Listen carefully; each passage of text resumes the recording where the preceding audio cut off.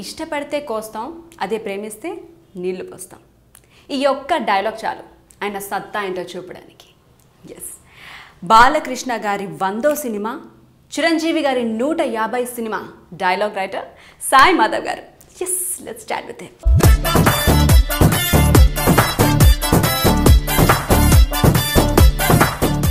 నమస్కారం సార్. నమస్తే. నమస్తే. మీలాంటి ఒక గొప్ప వ్యక్తి పక్కన ఇలా కూర్చొని ఇంటర్వ్యూ చేయడం నా అదృష్టంగా భావిస్తున్నాను. గొప్ప వ్యక్తి లేదు. Thank you sir. Welcome to my show hang out with Naveena. Thank you. చెప్పమ్మా. మీ గురించి నేను సర్చ్ చేసిన దాని ప్రకారం పుత్తడి బొమ్మ సీరియల్ నుంచి మీ జర్నీ అంతా మాకు తెలుసు. బట్ బిఫోర్ పుత్తడి బొమ్మ తెనాలి నుంచి హైదరాబాద్కి వచ్చి పుత్తడి బొమ్మ స్టార్ట్ అయ్యే మధ్యలో మీ లైఫ్లో జరిగిన అప్స్ అండ్ డౌన్స్, మీరు అసలు రైటర్ అవ్వడానికి కారణాలు, అసలు నాకు తెలిసి మీరు స్టేజ్లో మీ కెరియర్ని స్టార్ట్ చేశారు, స్టేజ్ పర్ఫార్మర్. దాని నుంచి రైటర్గా ఎలా మారారు, హైదరాబాద్ దాకా ఆ ప్రయాణం ఎలా సాగింది అనేది మా ప్రేక్షకుల కోసం. మా కళాకారుల కుటుంబం. అవును. మా అమ్మ నాన్న ఇద్దరు కూడా స్టేజ్ ఆర్టిస్టులే. వాళ్ళిద్దరు లవ్ మ్యారేజ్. ఓ, లవ్ మ్యారేజా? నేను మా తమ్ముడు. అయితే ఏంటంటే నాకు ఊహ తెలిసిన దగ్గర నుంచి ఇంట్లో రిహార్సల్స్ వాళ్ళు చేయటం, ఆర్టిస్టులు రావటం, ఆ డైలాగ్స్, అవి పద్యాలు, ఇవన్నీ రిహార్సల్స్ చేయటం, ఇవన్నీ చిన్నప్పటి నుంచి ఇక అదే. అట్ ద సేమ్ టైం మా అమ్మమ్మకి విపరీతమైన సినిమా పిచ్చి. ఓ. మా అమ్మమ్మకి వచ్చిన ప్రతి సినిమా చూసేది. ఒకవేళ తెనాల్లో సినిమాలన్నీ అయిపోతే మమ్మల్ని తీసుకొని, నన్ను మా తమ్ముడు తీసుకొని మంగళగిరి వెళ్ళి సినిమా చూసేది. అక్కడ కూడా సినిమాలు అయిపోతే గుంటూరు, అక్కడ కూడా అయిపోతే అన్నీ అయిపోతే విజయవాడ. ఇలా సినిమాలన్నీ అయిపోయేదాకా మా అమ్మమ్మ సినిమా చూస్తూ ఉంటుంది. ఆమెతో పాటు మమ్మల్ని కూడా తీసుకెళ్తుంటుంది. ఊహ తెలిసిన దగ్గర నుంచి నేను ఆ వాతావరణంలో పెరగటం. అట్ ద సేమ్ టైం మా అమ్మమ్మకు ఉన్నటువంటి ఆ సినిమా అభిమానం అనండి, పిచ్చి అనండి, ప్రేమ అనండి, ఆరాధన అండి, ఏదైనా కానీ అదొకటి వచ్చేయటం. చిన్నప్పటి నుంచి కూడా నేను ఏంటంటే నాకు వేరే కళ తప్పించి ఇంకేం తెలియదు.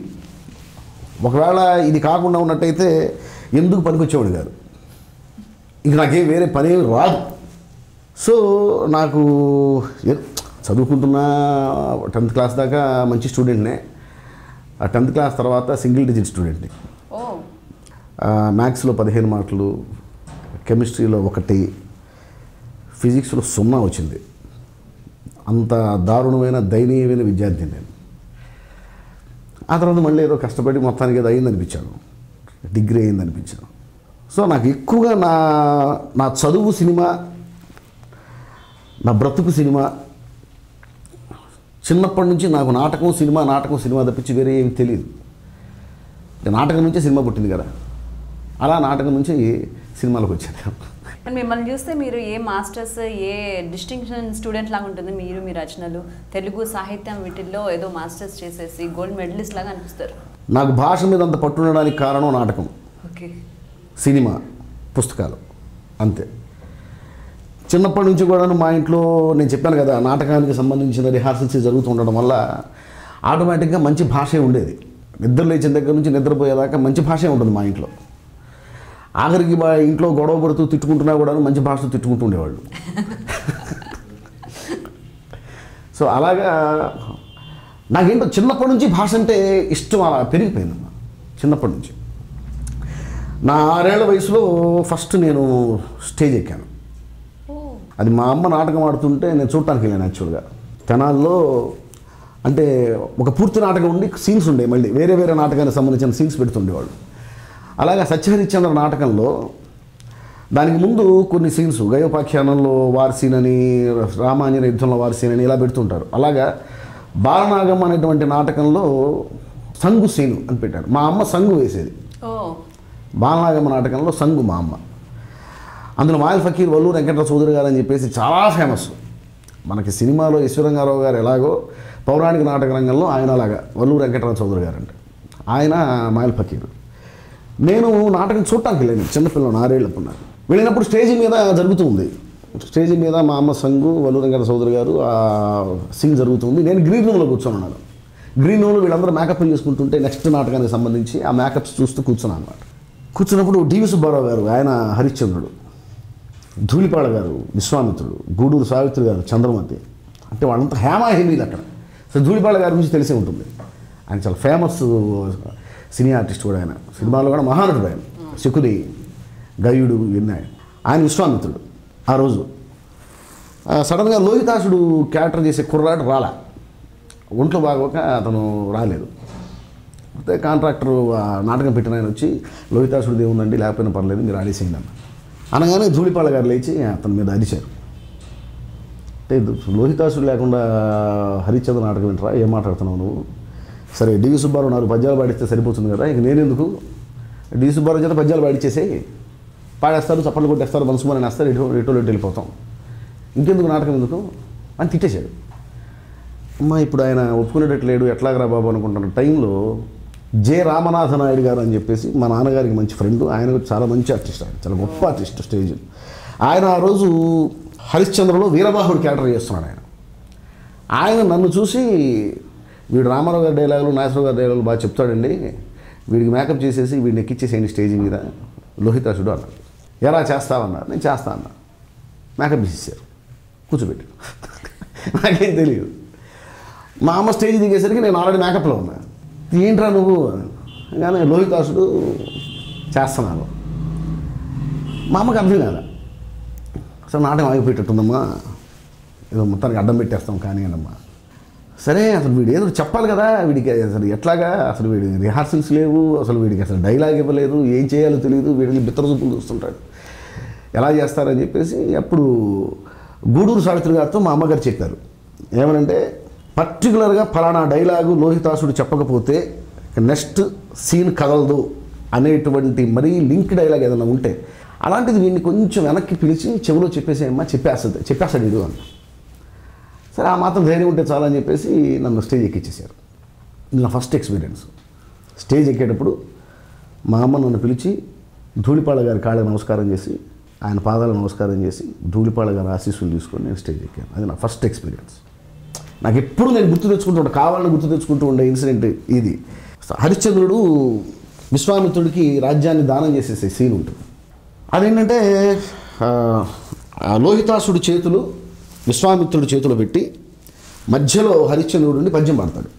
పద్యం పాడి నీళ్ళు వదిలేస్తాడు. అంటే కొడుకు సాక్షిగా నీకు రాజ్యం ఇచ్చేస్తున్నాడు. నా చేతులు తీసుకెళ్ళి ధూళిపాళ గారి చేతిలో పెట్టారు. ధూళిపాళ గారు నావే బలాగా చూస్తున్నాడు. ఆయన ఇంత పెద్ద కన్ను, ఆ మనిషిని చూస్తుంటే భయం వేసింది నాకు. అది చూసి నాకు భయం వేసి ఏడుపు వచ్చేసింది. ఆయన అలాగే చూస్తున్నాడు, నేను ఏడుస్తున్నాను, ఈయన పద్యం పాడుతున్నాడు, ఇది సన్నివేశానికి కావాలి. అది విపరీతంగా జనంలో చప్పట్లు కొడుతున్నాడు జనం. అందులోనే ఆ చంద్రమతిని లోహితాసుని తీసుకొని ఆయన అడుగుకి వెళ్ళిపోతాడు. వెళ్ళిపోయినప్పుడు నన్ను గూడూరు సావిత్రి గారు వెనక్కి తీసుకొచ్చి చెవిలో, నాన్నగారు ఆకలేస్తుందనయ్యా ఈ పద్యం పాడేసిన తర్వాత. సరే అని చెప్పేసి అన్న తర్వాత ఆయన ఒక మాట అంటాడు, నాకేం భయం నాన్నగారు, పెద్ద పూలు వచ్చినా ఎదిరిస్తాను అని చెప్పేసి నేను గుర్తున్నాను. ఆయన పద్యం పాడాడు. పద్యం పాడగానే నాన్నగారు ఆకలేస్తుంది అన్నాను. ఎక్స్ప్రెషన్ లేదు, ఏం లేదు, ఏదో అనమన్నారు అన్నాను. అలాగే నాయన నేను తీసుకొస్తాను అని చెప్పి వెళ్తూ బాబు ఇది అడివి, క్రూర మృగాలు అవి ఉంటాయి, ఏవేవో శబ్దాలు వినిపిస్తూ ఉంటాయి, భయపడుకు నాన్న, అమ్మ దగ్గరే ఉండు అనే సెన్స్లో డైలాగ్ చెప్తాడు ఆయన. చెప్పినప్పుడు నాకేం భయం నాన్నగారు, పెద్ద పూలు వచ్చినా సరే ఎదిరిస్తాను, నేను మీ కుమారుణ్ణి అని చెప్పాలి డైలాగ్. అది చెప్పేటప్పుడు నాకు ఎందుకు అనిపించిందో, ఆయన వరలో కత్తి ఉంది. మేకప్ రూమ్లో కూర్చున్న దగ్గర నుంచి ఆ వరలో ఉన్న కత్తి వైపే చూస్తున్నాను నేను. నాకేంటంటే ఎన్టీ రామారావు గారు ఆ కత్తి తిప్పటం చిన్నప్పటి నుంచి నాకు చాలా ఇష్టం. ఈ డైలాగ్ చెప్పేటప్పుడు ఈ కత్తి తీస్తే బాగుంటుందేమో అని అనిపించింది నాకు. నాగే భయం నాన్నగారు, పెద్ద పూలు వచ్చినా సరే అని ఆయన వరలో కత్తి సప్పలాగా లాగేసి, పెద్ద పూలు వచ్చినా సరే ఎదిరిస్తాను ఇలా అన్న. ఒక కాలు పైకెత్తి, ఏది పిడుగురాములో రామారావు గారి పాస్చర్ అది, ఒక కాలు పైకెత్తి కత్తి ఇట్లా చూపించి ఇలా ఉంటాడు ఆయన. సేమ్ అలాగే ఒక పాస్చర్ పెట్టాడు. ఆయన డైలాగ్ మర్చిపోయాడు డి సుబ్బారావు గారు. కత్తి తీసుకొని చేతి మెల్లగా అలాగే నాయన వస్తాను అని చెప్పేసి వెళ్ళిపోయాడు.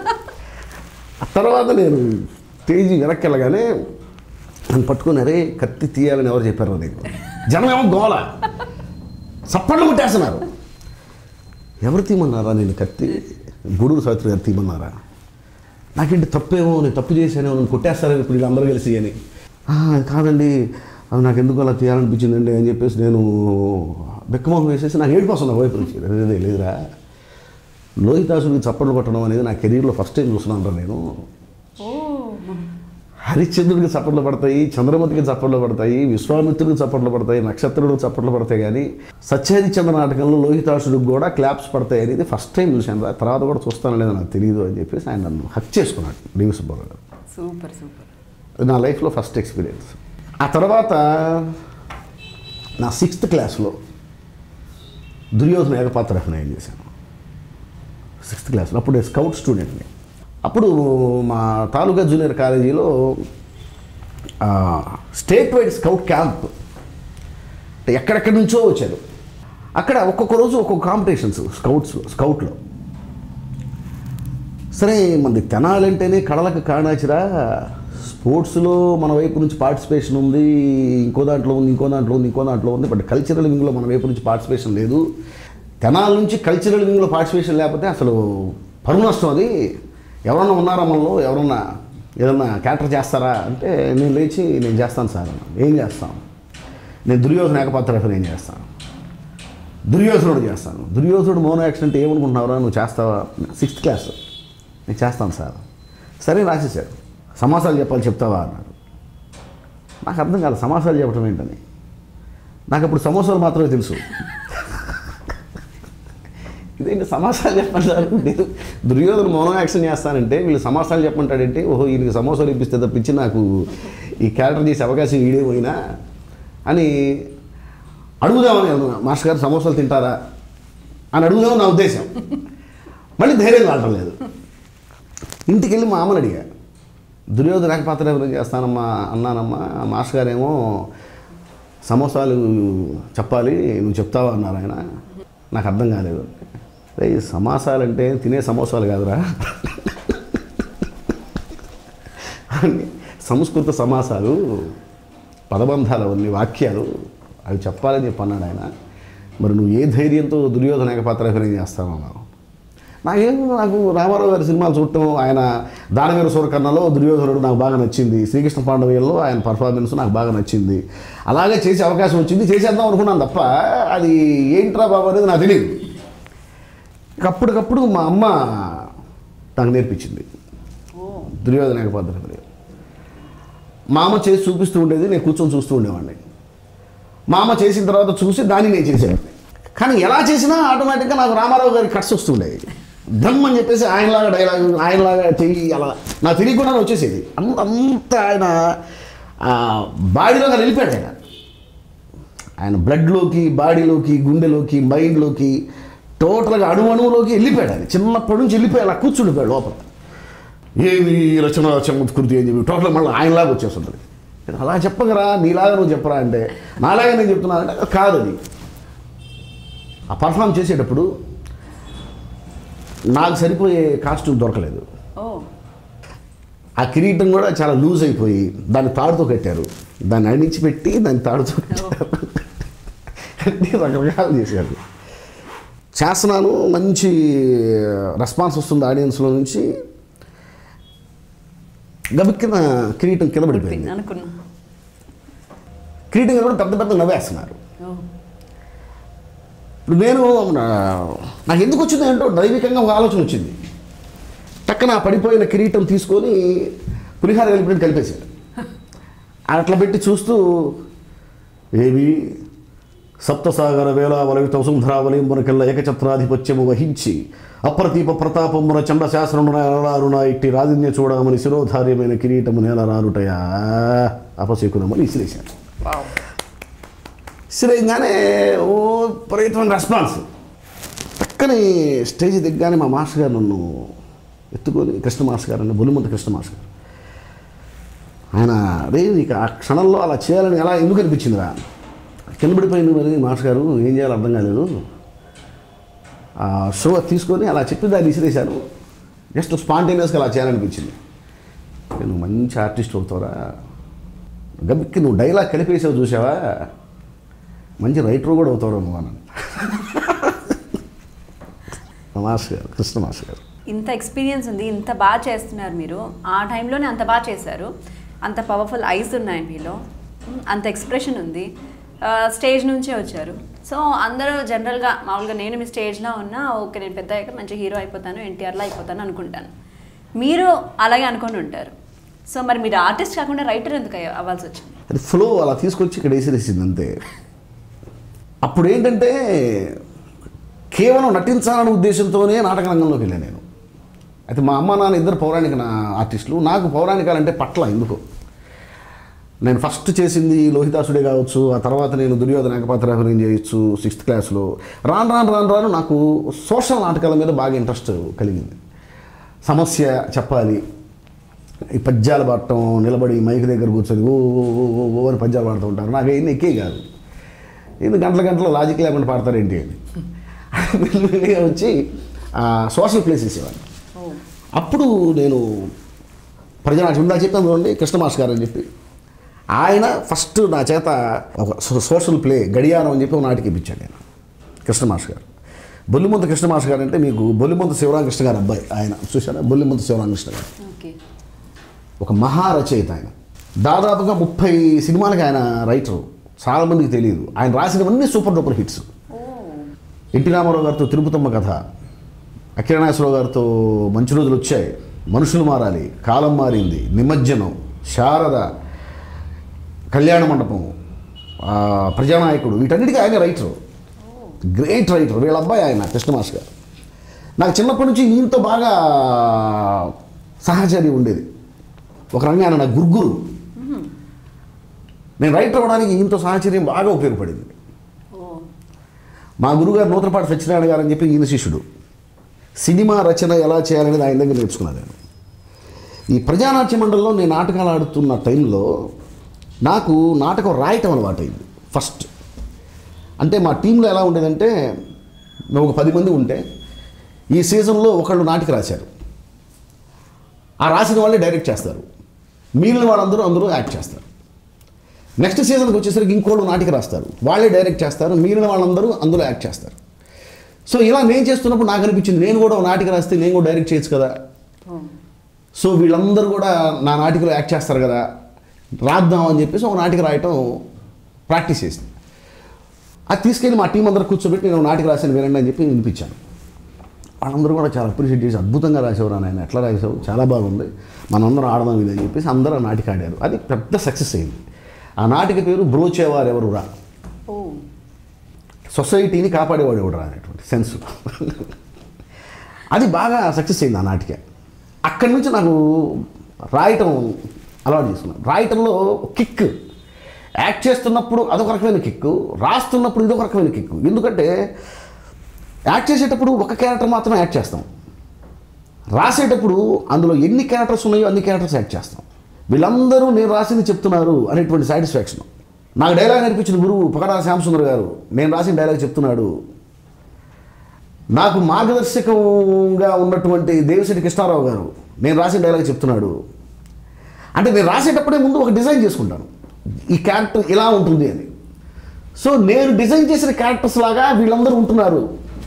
అంటే సేపు రాసేటప్పుడే నేను ఆయన్ని నాకు తెలియకుండానే మానసికంగా యాక్ట్ చేస్తుంటాను. ఆ క్యారెక్టర్స్ నేను అయిపోతాను, లేకపోతే రాయటం కుదరదు. ఓ క్యారెక్టర్ డైలాగ్ రాసేటప్పుడు ఆ క్యారెక్టర్ అయిపోవాలి. ఒక 10 ఆ సన్నివేశంలో 10 డైలాగ్ 10 మంది మాట్లాడుతున్నారంటే ఆ 10 మంది ఏ డైలాగ్ రాసేటప్పుడు ఆ క్యారెక్టర్ లాగా నేను అయిపోవాలి. అది ఒక అద్భుతమైన పెట్టు, అది నేను అనుభవించాను. అమ్మా ఇది అద్భుతంగా ఉంది కదా, అలాగే నేను రాస్తూ ఉండేవాడిని. ఆ ప్రాసెస్లో నాకు నూతనపాటి సత్యనారాయణ గారు పరిచయం అయ్యారు. ఆయన దగ్గర సినిమాకి రాయటం అలవాటు చేసుకున్నాను. అసలు లెఫ్ట్ అంటే ఏంటి, రైట్ అంటే ఏంటి, ఏ డైలాగ్ ఎంత ఉండాలి అని చెప్పేసి ఆయన, అరే నువ్వు మంచి రైటర్ అవుతావు, 100% నీలో మంచి రైటర్ ఉన్నాడు, నువ్వు రాయి అని చెప్పి నన్ను రైటర్గా కూర్చోబెట్టింది ఆయన నూతనపాటి సత్యనారాయణ గారు. అయితే చిన్నప్పటి నుంచి ఇలా సినిమా బ్యాక్డ్రాప్ నుంచి వచ్చారు, నాటక రంగం నుంచి వచ్చారు కాబట్టి ఇందులో అడుగు పెట్టడానికి మీకు ఈజీ అయ్యింది అనుకోవచ్చా? ఈజీ ఏం లేదండి, ఈజీ కాదు, కానీ అవి ఎప్పుడు కష్టాలు అనుకోలేదు నేను. అండ్ అన్నీ కూడా సినిమాతో పోల్చుకుంటుండేవాడిని. ఆ సినిమాలో ఆ సీన్ ఇట్లా ఉంది, ఈ సీన్ ఇట్లా ఉంది, ఈ సీన్ ఇట్లా ఉంది. సినిమా తప్ప జీవితాన్ని కూడా నేను, మా అమ్మ నన్ను చాలాసార్లు తిడుతూ ఉండేది, జీవితం అనుకున్నావా సినిమా అనుకున్నావా, నువ్వు ప్రతి సినిమాలా చేస్తావేంటి లైఫ్లో కూడా అని తిడుతూ ఉండేది మా అమ్మ. అదే నాకు ప్లస్ అయింది. ఇంత సపోర్ట్, ఇంత బ్యాక్గ్రౌండ్ ఉండి కూడా ఆకలితో వెయిట్ చేయాల్సిన రోజులు ఉన్నాయా మీ లైఫ్లో? అవి ఎవరికైనా ఉంటాయండి, ఎందుకుండో. అంటే మా ఇంట్లో నాటకంలో మా అమ్మ నాన్న స్టార్స్ ఏమో కానీ సినిమాకి సంబంధించి ఏం లేదు, తెలియదు కదా వాళ్ళకి. వాళ్ళ సినిమా స్టార్స్ కాదు. నేను హైదరాబాద్లో అవకాశాల కోసం తిరుగుతున్న టైంలో మా అమ్మ నెలకు ఒక 1500 1000 రూపాయలు పంపించేది. ఆ 1500 1000 రూపాయలు వారంలో అయిపోయాయి. అప్పుడు రూమ్లో నాతో పాటు ఇంకో 7 ఉండేవాళ్ళు, వాళ్ళకే అయిపోయాయి. ఇంకా చెప్పాలంటే అందరూ యాక్చువల్గా నేనే చూసుకుంటుండేవాడిని, అనకూడదు కానీ. సో అవన్నీ 2 రోజులు అయిపోతాయి. 1500 మళ్ళీ పంపించమని ఇంట్లో అడగడానిక భయం. అలాంటప్పుడు ఆటోమేటిక్గా స్టార్ట్. అది కూడా ఇక అది అడ్వెంచర్స్. అది ఆకలి అంటానికి లేదు, ఒక అడ్వెంచర్గా ఉండేది. నాకు సిగరెట్ కూడా అప్పుడే అలవాటైంది. నాకు అప్పటిదాకా సిగరెట్ అలవాటు లేదు అసలు.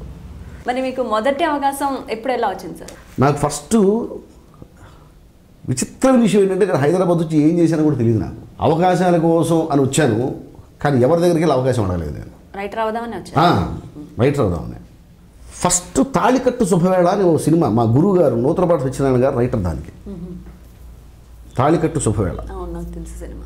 మా గురువు గారు రైటర్, అది రిలీజ్ అవ్వలేదు ఆ సినిమా. దానికి నేను ఘోస్ట్గా వర్క్ చేశాను. అంటే మా గురువుగారు ఏంటంటే ఆయన ఆర్టీసీ ఎంప్లాయీ. సో ఆయన ఆయన ఉద్యోగం వదులుకొని ఇక్కడికి రారు. ఆయన డేల్ చేసి వచ్చినట్టయితే ఈ పాటికి ఆయన ఏదో రేంజ్లో ఉండేవాడు ఆయన, మా గురువుగారు. అంత గొప్ప రచయిత. సో ఆయన ఆల్రెడీ డైరెక్టర్ గారికి చెప్పాడు ఆయన, నేను రాను, బౌండ్ స్క్రిప్ట్ రాయించేసుకొని తీసుకెళ్ళిపోండి, నేను అక్కడికి వచ్చి లొకేషన్లో కూర్చొని రాయటం అంటూ జరగదు, నేను సెలవులు పెట్టను. అంటే కెరీర్లో ఒక్కరోజు కూడా సెలవు పెట్టకుండా రిటైర్డ్ అయిన వ్యక్తి మా గురువుగారు. అంత నిజాయితీ పరుడైనటువంటి గవర్నమెంట్ ఎంప్లాయ్.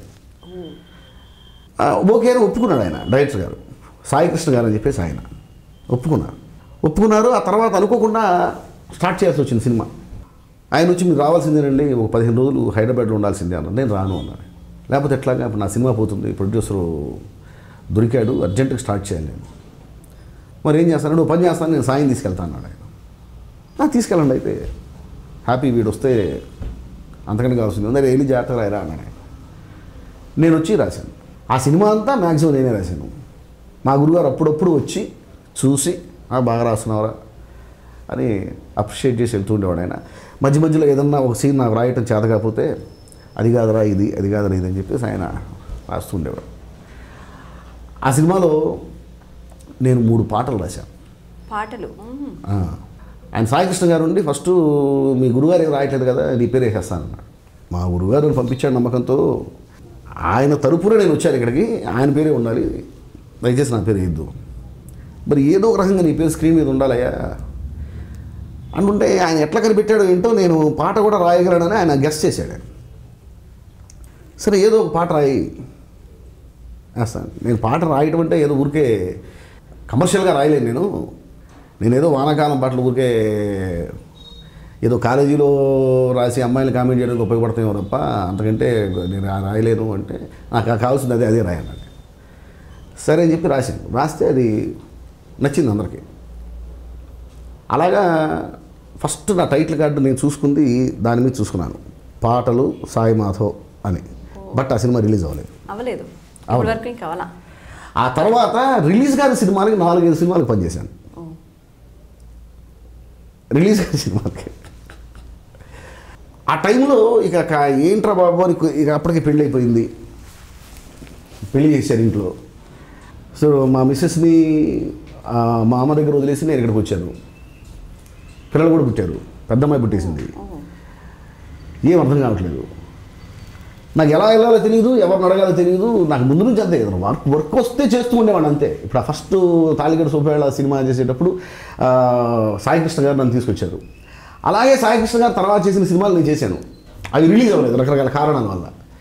ఇక తర్వాత ఇట్లా కాదురా బాబు ఏదో చేయాలని కూర్చున్న టైంలో రాజా చంద్రవర్మ చనిపోయాడు. ఇప్పుడు అతను నా దగ్గరికి వచ్చింది నేనంటే చాలా ఇష్టం, నా డైలాగ్ అంటే చాలా ఇష్టం, నా పెన్ అంటే చాలా ఇష్టం. నాకు రైటర్స్ అంత తేలిగ్గా ట్యూన్ అవ్వరు సాయి, నువ్వు బాగా ట్యూన్ అయ్యావు, మరిద్దరు కలిసి చేద్దాం, నువ్వు టీవీకి ఇచ్చేస్తావా నాకు భయం వన్స్ ఒకసారి టీవీకి వెళ్ళిపోతే అక్కడ ఇరుక్కుపోతానేమో, నేను సినిమా చేద్దాం అనుకుంటున్నాను కదా, టీవీ అంటాడేంటి నాకు లేదు, నాకు సినిమా చేద్దామని సార్, నాకు టీవీ మీద చేద్దామని లేదు. ఆ సీరియల్స్ కూడా పెద్దగా చూసేవాడు కాదు, ఇంట్రెస్ట్గా. వాస్తవం చెప్పాలంటే నాకు సీరియల్స్ ఇష్టంగా చూసేవాడు కాదు. ఇంట్లో చూస్తుంటే కూడా తిట్టుకునేవాడిని, ముందు తీసేయడమేవాడిని, నాకు ఇష్టం లేదు. నేను చూసిన సీరియల్ ఏదన్నా ఉందంటే ఋతురాగాలు అంతే. ఆ ఋతురాగాల సీరియల్ కూడా ఏంటంటే రోడ్డు మీద వెళ్తూ ఉంటే హంట్ చేస్తూ ఉండేది పాట, వాసంత సమీరంలో 4 గంటలకల్లా హంట్ చేస్తూ ఉండేది. అందరూ చూస్తూ ఉండేవాళ్ళు, ఇదేదో బాబు అందరూ చూస్తున్నారు, నేను చూడకపోతే కొడతారేమో అని చూసేవాడు. తప్పనిసరి పరిస్థితుల్లో టైం పాస్ ఎవరు నాతో మాట్లాడేవాళ్ళు కాదు, అందరూ టీవీ చూస్తూ ఉండేవాళ్ళు, తప్పనిసరి పరిస్థితుల్లో నేను చూస్తుండేవాడిని. అలా 2-3 చూడగానే ఒక రకంగా చూడాలనిపించేసింది. ఎడిక్ట్ అయిపోయి అంత కొంతకాలం చూసిన తర్వాత మళ్ళీ నాకు నేను ఏంటి ఎడిక్ట్ అయిపోతున్నాను, అందరినీ తిట్టుకుంటూ మళ్ళీ నేను కూడా అదే కోవలోకి వెళ్ళిపోతున్నాను కదా, లేదు అని చెప్పి బలవంతంగా నేను ఆపుకున్నాను యాక్చువల్గా. లేకపోతే ఋతురాగారు చివరిదాకా చూసేవాడిని.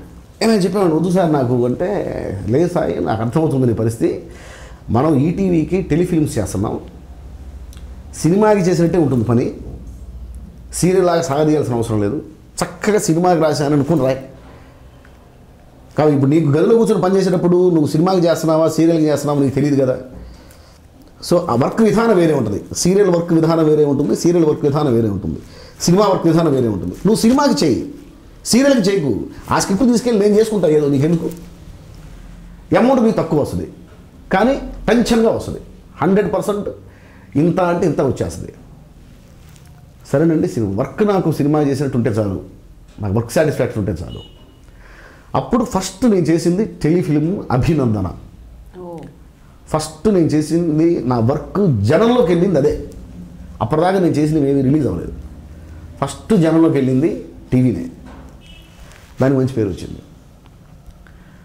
పేరు వచ్చిన తర్వాత మళ్ళీ ప్రసాద్ గారు పిలిపించి ఇంకో టెలిఫిల్మ్ ఇచ్చారు, దానికి మంచి పేరు వచ్చింది. మళ్ళీ రాజా చంద్రవర్మ నేను కలిసి ఇంకో టెలిఫిల్మ్ చేశాను. ఇలా ఒక 5-6 టెలిఫిల్మ్స్ చేశాను. అన్ని టెలిఫిల్మ్స్ సూపర్ హిట్, నేను చేసినవన్నీ కూడా. అది చూసి పుత్తడి బొమ్మ సీరియల్కి పిలిపించారు. ఆ టైంలోనే ప్రసాద్ గారు యాక్చువల్గా ఏం చేశారంటే, వీక్లీ సీరియల్ ఒకటి చేద్దాం, ఫిక్షన్ సీరియల్ ఒకటి ప్లాన్ చేయమన్నారు. నేను దాని మీద కూర్చున్నాం, రాజా చంద్రవర్మ నేను కలిసి ఏదన్నా వీక్లీ సోషియో ఫాంటసీ సీరియల్ చేద్దామని చెప్పి సోషియో ఫాంటసీ చేయడానికి సబ్జెక్ట్స్ తయారు చేస్తుంటే అదేని ఇదని లేట్ అవుతుంది. ఈ లేట్ అయ్యే క్రమంలో నాకు మేనేజర్ వంశీ అని చెప్పేసి అతను ఫోన్ చేశాడు. ఫోన్ చేసి ఇలా మీ టెలిఫిల్మ్ చూసామండి, చాలా బాగున్నాయి, ఒక సీరియల్కి చేస్తారా, డైలీ సీరియల్కి చేస్తారా. డైలీ సీరియల్కి చేయడం నాకు ఇంట్రెస్ట్ లేదండి. కాదుగా చేయండి బాగుంటుంది కదా అన్నాను. నాకు అప్పటికి ఫ్యామిలీని తీసుకొచ్చేసి ఉన్నాను. కొంచెం అవసరాలు కనిపించడం కాదు, వెంటపడుతున్నాయి. పరిగెత్తిస్తున్న టైంలో అసలు ఏదైతే వద్దనుకున్నానో అదే చేస్తున్నానా, చేద్దాం వద్దా అని చెప్పి చేయను అని చెప్పలేదు, చేస్తానని చెప్పలేదు వాళ్ళకి. ఓకే రండి రేపు ఫోన్ చేస్తాను. సరే మీ ఫోన్ కోసం వెయిట్ చేస్తుంటాను, ఫోన్ పెట్టేస్తాడు. మళ్ళీ రేపు ఫోన్ చేస్తాడు ఆయన. 2 రోజుల తర్వాత ఫోన్ చేస్తాడు, మీరు ఫోన్ చేస్తానన్నారు ఫోన్ చేయలేదు.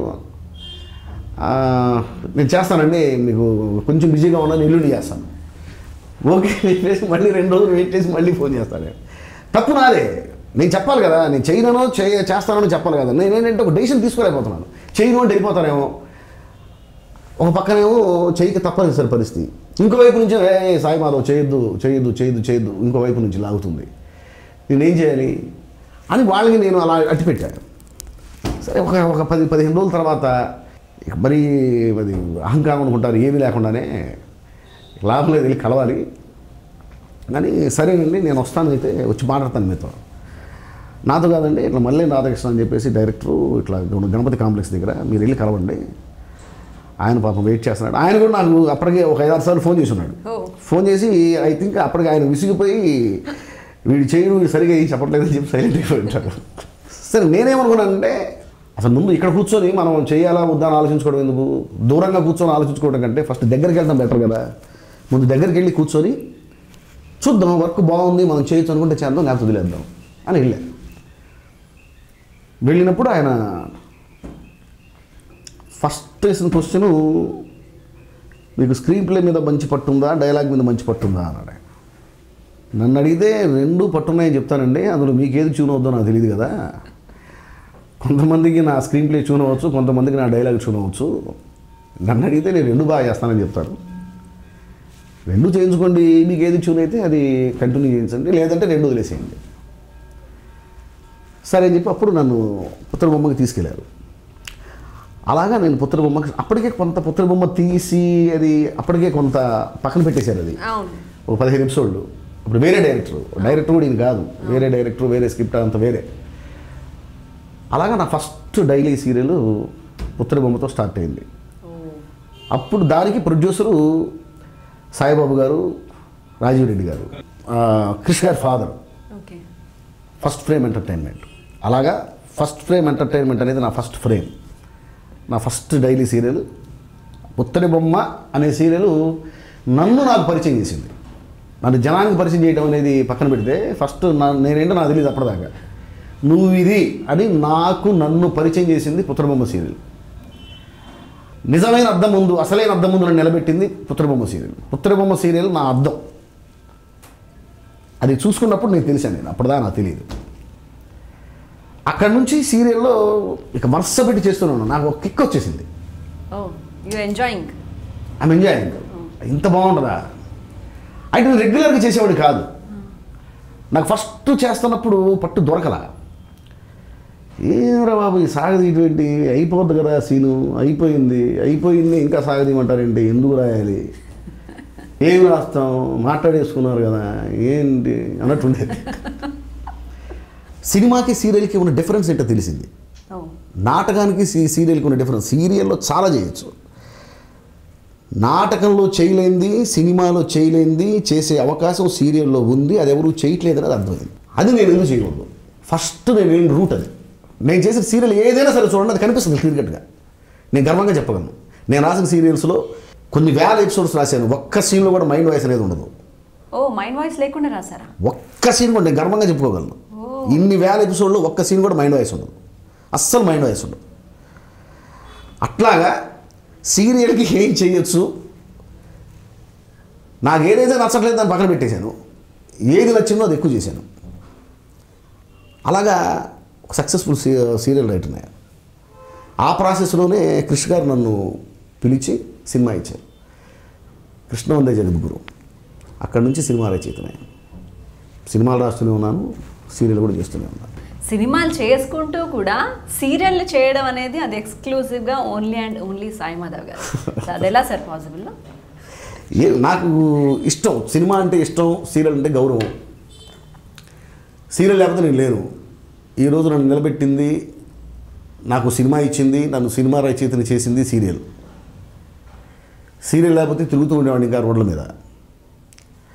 సో ఎన్ని సినిమాలు చేసినా నా ఎయిమ్ అనేది సినిమాలో బతకాలి, సినిమాలో చచ్చిపోవాలి, సినిమా అనేది నా అడ్రస్ కావాలి. సో ఆ అడ్రస్ నాకు ఇచ్చిన సీరియల్. ఈ సీరియల్ లేకపోతే నాకు అడ్రస్ రాదు. సో ఆ అడ్రస్లో ఉంటున్నా సరే ఈ సీరియల్ మాత్రం కంపల్సరీగా ఒక సీరియల్ అన్నా కంటిన్యూగా చేయాలి అనేది ఒక నియమంగా పెట్టుకున్నాను. అది సాధ్యమైనంత వరకు చేస్తాను. అయితే కొంతమంది అది కంటిన్యూ చేయనిచ్చేలా లేరు, కొంతమంది మనుషులు. అది చేద్దాం అనుకున్నాను కానీ అది చేయనిచ్చేలా లేరు. ఎవరు, ఎందుకు, పేర్లు ఎందుకు, కానీ చేస్తాను. నేను అట్లా ఒకళ్ళ భయపడిపోయి వెనక్కి వెళ్ళటము, ఇట్లాంటి పెయిన్స్ చాలా తీసుకున్నాను. సో నాకు పెయిన్స్ అంటే ఒక రకంగా చెప్పాలంటే ఇష్టం. సో అవన్నీ పట్టించుకొని అవసరమైతే నా ఓన్ ప్రొడక్షన్ అయినా స్టార్ట్ చేస్తాను. సీరియల్ అయితే 100% చేస్తాను. సూపర్. మీలాంటి వాళ్ళు ఉండాలి టీవీకి. టీవీ ఇంకా పైకి రావాలి, సినిమా రేంజ్కి వెళ్ళాలి టీవీ కూడా. బట్ చాలామంది చేస్తున్న పొరపాటు మీరు చేయట్లేదని చెప్పారు టీవీలో. సో ఏంటి సార్ అది, టీవీని కూడా సినిమా రేంజ్లో ఎలా రాయొచ్చు? ఏం లేదమ్మా, యాక్చువల్గా మనకి నాటకానికి వచ్చేసరికి మీకు కొన్ని హద్దులు ఉంటాయి. నెంబర్ ఆఫ్ లొకేషన్స్కి వెళ్ళే అవకాశం ఉండదు. అంతమంది ఆర్టిస్టులను వాళ్ళు ఎవరు, మనకి ఆ డ్యూరేషన్కి తగ్గట్టు మనం రాసుకోవాలి. సినిమాకి వచ్చేసరికి నెంబర్ ఆఫ్ లొకేషన్స్ ఉంటాయి, కావలసినంత టెక్నికల్ సపోర్ట్ ఉంటుంది, ఏమైనా చేయొచ్చు. కానీ ఎంత పెద్ద కథ అయినా ఆ 2 అవర్స్లో చెప్పేసేయాలి. ఆ 2 అవర్స్లో జనానికి బోరు కొట్టకుండా ఆ 2.5 అవర్స్లో 2.5 అవర్స్లో చెప్పేసేయాలి. ఒక సీన్ ఎక్కువసేపు చెప్పినా కూడా బోరు కొట్టేస్తుంది. ఒక సీన్ ఎక్కువసేపు ఏంద్రబాబు ఈ సీను ఏం తీయడు మార్చలేంటి సీన్ మార్చలేంటి అని బయటికి వెళ్ళిపోతుంది థియేటర్ నుంచి. ఎక్కువసేపు సీన్ మనం చెప్పే అవకాశం లేదు సినిమాకి. బట్ సీరియల్కి వచ్చేసరికి మనం చూపించాల్సింది ఆ 20 మినిట్సే. 20 మినిట్స్ కూడా జనాన్ని కూర్చోబెట్టలేకపోతే అనవసరం. మనం అఫ్కోర్స్ అవి కొన్ని వేల ఎపిసోడ్లు మనం రాయాల్సిన అవసరం ఉండొచ్చు, ఎన్ని వేల ఎపిసోడ్లైనా వెళ్ళొచ్చు, కానీ ప్రాక్టికల్గా జనాన్ని కూర్చోబెట్టాల్సింది మాత్రం ఆ 20 నిమిషాలే. కానీ ప్రతిరోజు కూర్చోబెట్టాలి, అదొక కష్టం.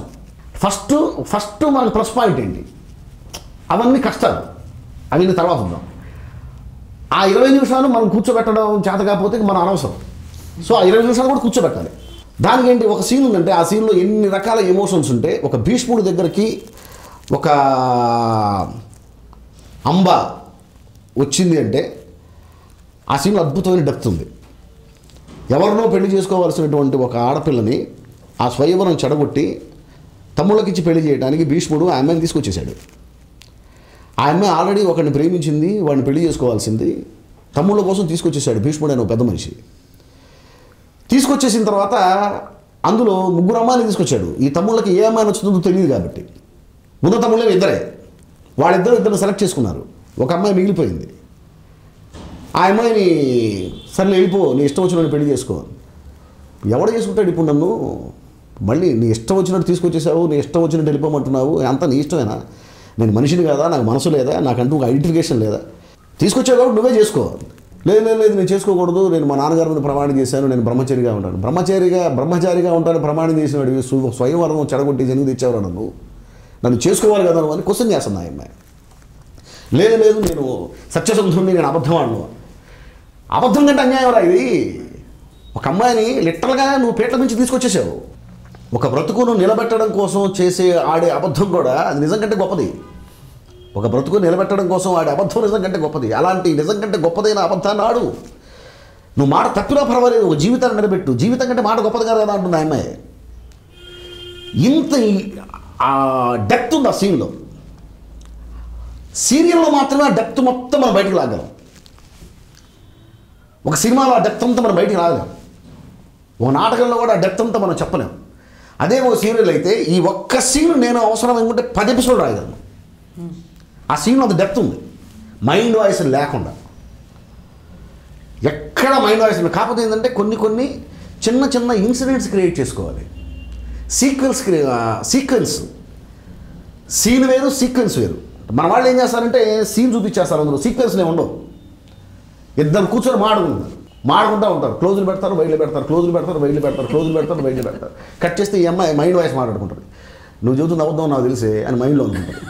టక్కన ఈ అమ్మాయి అంటది, నువ్వు కనుక్కున్నావు నాకు అర్థమైంది అని ఈ అమ్మాయి మైండ్ వాయిస్ అంటుంది. ఏం అక్కర్లా, ఇవన్నీ లేకుండానే మైండ్ వాయిస్ లేకుండా చక్కగా హ్యాపీగా ఈ సీను నేను సీతమహాలక్ష్మి రాసేటప్పుడు నాగబాబు గారు అనేవాడు. ఒక సీన్ ఇచ్చి ఈ సీను 3 ఎపిసోడ్లు వస్తుంది అనుకుంటున్నాను సాయి అనేవాడు. 3 ఎపిసోడ్లు కావాలి నాకు అని. అలాగే సార్ ఆ సీన్లో అద్భుతమైన డెప్త్ ఉంది. 10 ఎపిసోడ్లు రాశాను ఒకే సీను. ఆయన 3 ఎపిసోడ్లు వస్తుందన్న సీను నేను 10 ఎపిసోడ్లు రాశాను. 10 ఎపిసోడ్ రేటింగ్ వచ్చింది. పీక్లో హై రేటింగ్ వచ్చింది 10 ఎపిసోడ్లు. ఆయన హక్ చేసుకున్నాను. నేను 3 ఎపిసోడ్లు అనుకున్నాను, 10 ఎపిసోడ్లు రాసి. అలా నేను డెప్త్, ఈ సీన్ పెద్ద డెప్త్ లేదనుకుంటే దాన్ని ఆ సీన్ ఎంతవరకు ఉందో అంతవరకే రాసేవాడిని. ఒక సీను ఎన్ని ఎపిసోడ్ రాసే అవకాశం ఉంటే అన్ని ఎపిసోడ్ రాసేవాడిని, ఎక్కడ ఫోర్స్ లేకుండా. అలా నాకు సీరియల్కి బాగా ప్లస్ అయింది. నిజం, అవకాశం వచ్చినప్పుడు దోచుకుంటున్నాడు, అవసరం రాను ఏడుస్తున్నాడు. నాకు అసలు కోపం, ఇవాళ వచ్చిన కోపం రేపు ఉండదు.